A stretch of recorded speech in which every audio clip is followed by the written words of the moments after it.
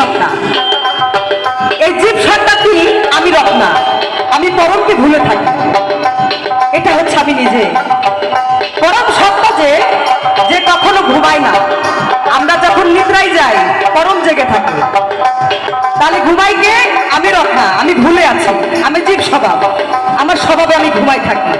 কিন্তু পরম চেতন, পরম হচ্ছে চেতন, সে কখনো ঘুমায় না। তাই সাইজি বলেছে,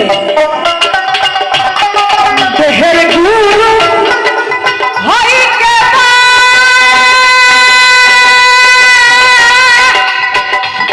শিষ্য হয়ে কেদাই সেবা। দেহের গুরু হয় কে বা। সাইজির বাণী বুঝতে হলে জ্ঞানের প্রয়োজন। দেহের গুরু হয় কে বা, আবার শিষ্য হয়ে কেদাই সেবা।